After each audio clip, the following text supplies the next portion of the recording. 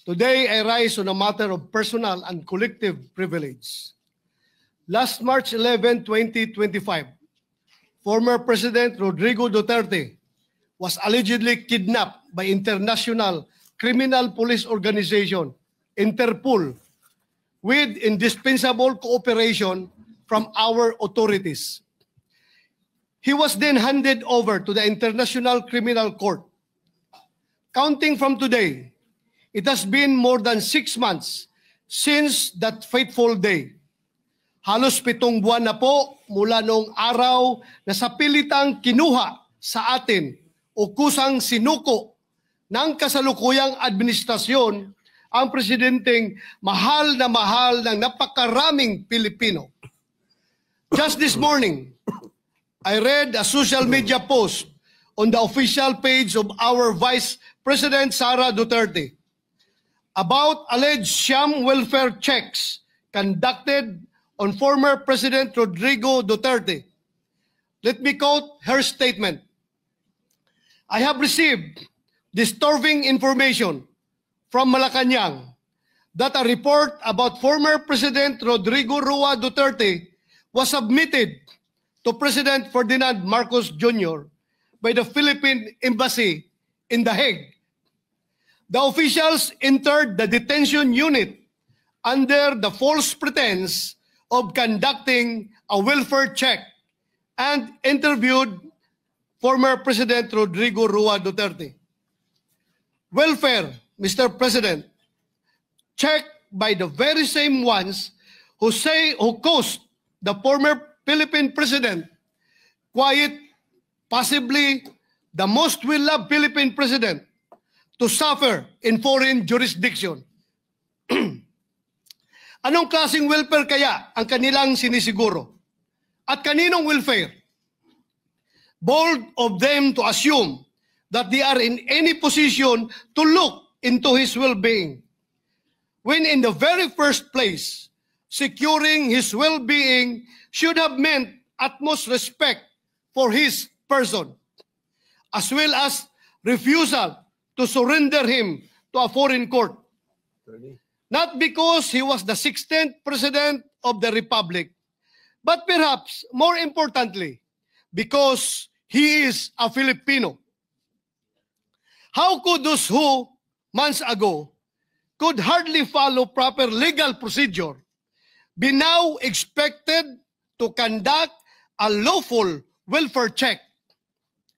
At sa tingin niyo ba, Mr. President, komportable si former President Duterte na kasama ang mga opisyal na ito? Sila na bahagi ng administrasyon na dumakip sa kanya. Hindi ba in layman's terms, kung na-high blood ka sa isang tao, mas gusto mo na lang siyang iwasan? At kung makita mo siyang muli at magtatanong pa siya sa iyo ng kung ano-ano mga tanong tungkol sa iyong welfare, ay tiyak na maha-high blood ka lang ulit. Isn't it safe to assume that their presence merely reminded President Duterte of the grievous injustice he was made to face on that fateful day in March this year? Gugustuhin ba ng isang tao na tumanggap ng dalaw mula sa mga nilalang na maaaring maging sanhi ng pagkulo ng kanyang dugo? Welfare check ba ito o operasyon para mapaikli ang buhay ng dating Pangulo? Kaninong welfare ba ang gusto nila niyong mapabuti? Baka ang mainam ay bulahin niyo na lang ang inyong mga sarili. Huwag niyo nang sayangin ang buwis ng taong bayan sa inyong kasinungalingan. Huwag niyo nang idamay ang dating Pangulo sa pagpapalapad niyo ng papel. Sabi nga ng mga inspirational post sa social media, you cannot heal the same environment that hurt you.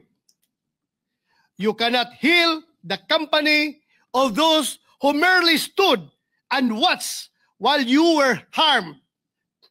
Ang tingin ba ng administrasyon na ito ay hindi kayang alagaan ng kanyang pamilya si former President Duterte? More to the point, what was the interview for? Paano kaya nila pakikinabangan at gagamitin ang findings nila tungkol sa welfare niya? Para saan? Sa pilitan nyo na ngang ipinadampot sa mga dayuhan, pupuntahan nyo pa sa kulungan nang wala man lang abiso sa pamilya. Isn't that adding insult to injury? Can't you, just for a while, cut the old man some slack? Mamahinga naman kayo mula sa pagdaragdag ng sama ng loob kay Tatay Digong. With all due respect to our Philippine Embassy in The Hague, I, along with so many of our fellow Filipinos, ask for answers. Mr. President, ever since this year began, I can no longer count the number of issues that have plagued our country and demanded always our utmost attention. Often our deepest outrage, I believe I need not enumerate them anymore. And just last week, Mr. President, we began our 100-day countdown to Christmas. Therefore, I would not take it against the ordinary Filipino if they happen to forget what happened on March 11, 2025. But I haven't forgotten.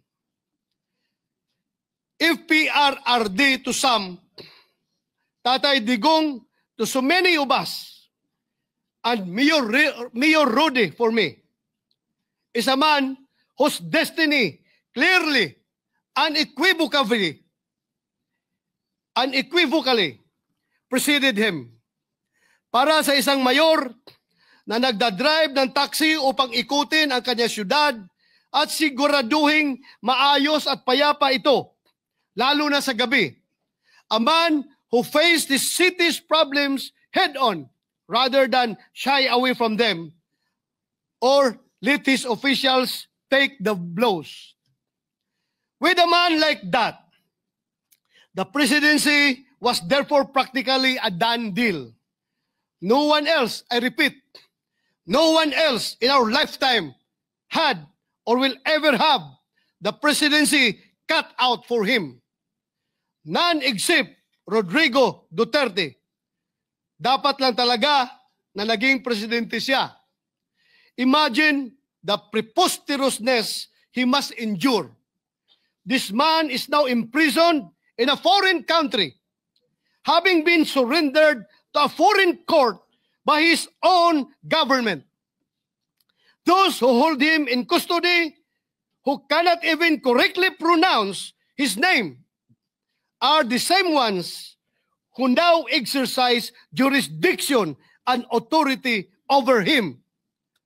Now being welfare checked by the officials of this administration who help ensure his imprisonment under those of a foreign tongue. Again, I say preposterous, Mr. President. Sabi ng mga eksperto, ang average life expectancy ng isang Filipino male sa taong 2024 ay 71. 71.79 years old. Mr. President, sa kasalukuyan, si President Duterte raw ay may deteriorating cognitive condition na, ayon sa kanyang legal team. Hindi na raw po fit to stand trial at butot balat na lang daw at hirap ng tumayo.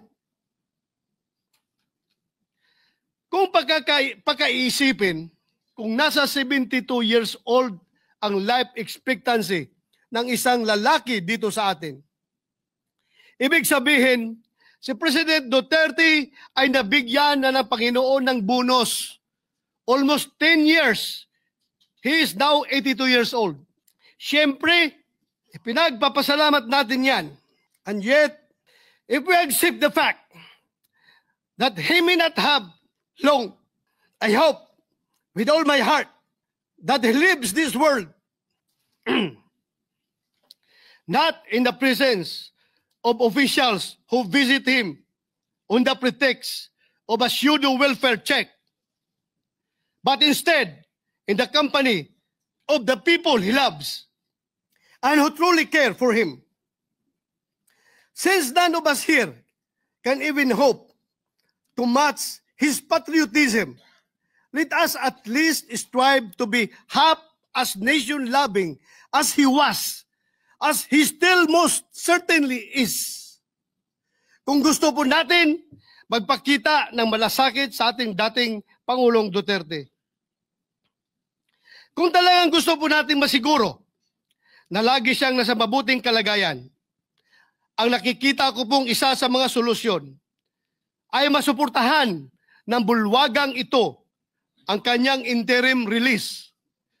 Or more conservatively, let us at least take up proposed Senate Resolution number 18 or resolution expressing the sense of the Senate strongly urging the Philippine government to advocate before the International Criminal Court for the interim release of former President Rodrigo Roa Duterte in a form of house arrest arrangement in a residence in The Hague, the Netherlands. Hindi naman siguro kalabisan ang hiling na yan. Sa tingin ko ay hindi naman sobra. Lalo na't magpapasko na. I therefore urge this august body for proposed Senate Resolution number 18 to finally be included in our agenda. I am asking this not just as a senator, but as a Filipino who believes that one of the best, most patriotic among us who ever lived does not deserve to spend his remaining years in a foreign prison that does not even speak his language, much less feel like home. In the end, perhaps, this is the least that we can do in the name of all that he has done for this nation. Maraming salamat, Mr. President.